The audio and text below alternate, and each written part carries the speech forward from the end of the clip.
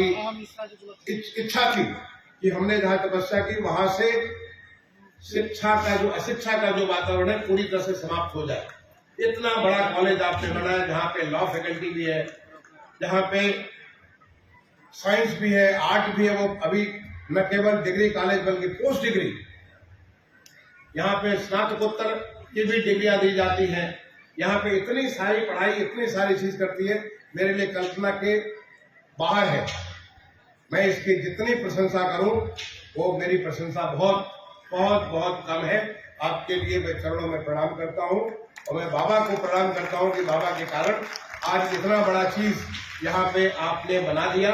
मैं केवल उसका एक संवाहक मात्र हूँ, मात्र उसको मदद करने के लिए मुझे उन्होंने चुना। मैं अपने आप को धन्य समझता हूँ कि ये उनकी दी हुई आशीर्वाद था कि मेरे मन में ये बात आई और आज पूरी बात पूरी तरह से यहाँ पे साबित हो। यहाँ कहीं एक सुधीर मिश्रा जी होंगे, ये देखिए मेरे सामने खड़े हैं। ये मुझसे लखनऊ में मिले एक बार, मुझे ख्याल है लखनऊ या दिल्ली मिले, मुझे ध्यान नहीं है। दिल्ली में मिले जब मैं भारत सरकार में ज्वाइंट सेक्रेटरी हुआ करता हूँ, और मुझसे मिले और मिलकर के बताया कि मैं वहाँ पे यार मुझे अभी भी ये भी ध्यान नहीं, ज्वाइंट सेक्रेटरी था, एडिशनल सेक्रेटरी था, मुझसे मिले थे दिल्ली में। और मिलकर इन्होंने बताया कि मैं आजमगढ़ का रहने वाला हूँ। बहुत अच्छी बात है, आजमगढ़ के बहुत सारे लोग हैं। मैं भी आजमगढ़ का पुराना था और आज मैं मऊ का रहने वाला हूँ। मैं भारतीय हूँ, देश का नागरिक हूँ। लेकिन अच्छी बात उन्होंने बताई कि मैं सोनभद्र में जहाँ पे आपने एक डिग्री कॉलेज बनाया था, वहाँ के घोरावल क्षेत्र में मैंने भी एक डिग्री कॉलेज बनाया है और वहाँ पे तमाम सारे बच्चों को निःशुल्क, जो हमारे गरीब बच्चे उनको निःशुल्क शिक्षा देता हूँ। मेरा मन इतना प्रसन्न हुआ कि मैं कह नहीं सकता। सुधीर जी आपको भी मैं प्रणाम करता हूँ। मुझे खुशी इस बात की जब मैंने उनको बताया कि देखिए मैं उस समय 1993 में जब मुझे पता चला कि इतना बड़ा जिला, केवल 2 डिग्री कॉलेज, कैसे काम होगा बच्चों का। और उसके लिए आगे बढ़ करके संत लीला राम जी के नाम पे डॉक्टर गया सिंह ने किया और आपने पता नहीं किसकी प्रेरणा से किया। मैं आपको इस बात के लिए आशीर्वाद भी देता हूँ, मुझसे छोटे हैं, आपको शुभकामनाएं देता हूँ और भगवान से प्रार्थना करता हूँ कि आप जिस संकल्प को लिए हैं वो संकल्प सिद्ध हो और हमारा ये सोनभद्र जनपद, जो कि हमारे जनपद का एक बहुत बड़ा क्षेत्रफल है, अब तो बताया मुझे कलेक्टर साहब ने कि इसकी आबादी 21-22 लाख की आबादी हो चुकी है, उतने लोगों को सर्व कर सकते। आप दोनों लोगों को भी देखिए, शिक्षा एक बेसिक चीज है, बैठिए, शिक्षा एक बुनियादी चीज है।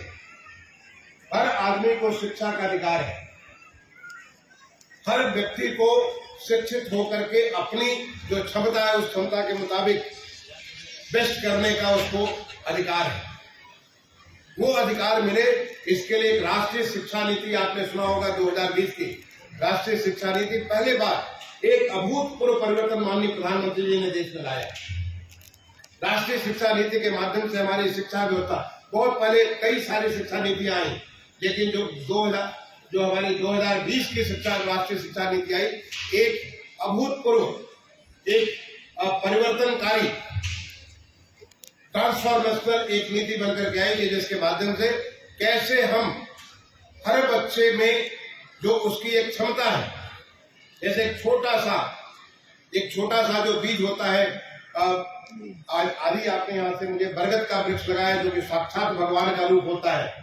एक बरगद का जो अगर बीज आप देखें तो छोटा सा बीज होता है, उससे इतना बड़ा, इतना व्यापक वृक्ष बनकर के तैयार हो सकता है। तो हर बच्चे में वो ताकत है कि वो कब वृक्ष का, किस बट वृक्ष का रूप ले लेगा और उसको बट वृक्ष बनाने के लिए उसके लिए एक अच्छा स्वास्थ्य, पौष्टिक आहार और अच्छी शिक्षा, अगर ये 3 बातें मिले, और साथ ही साथ जो हमारे देश की जो सबसे बड़ी ताकत है, हमारे देश की ताकत सनातन संस्कृति की है, वो हमारा संस्कार।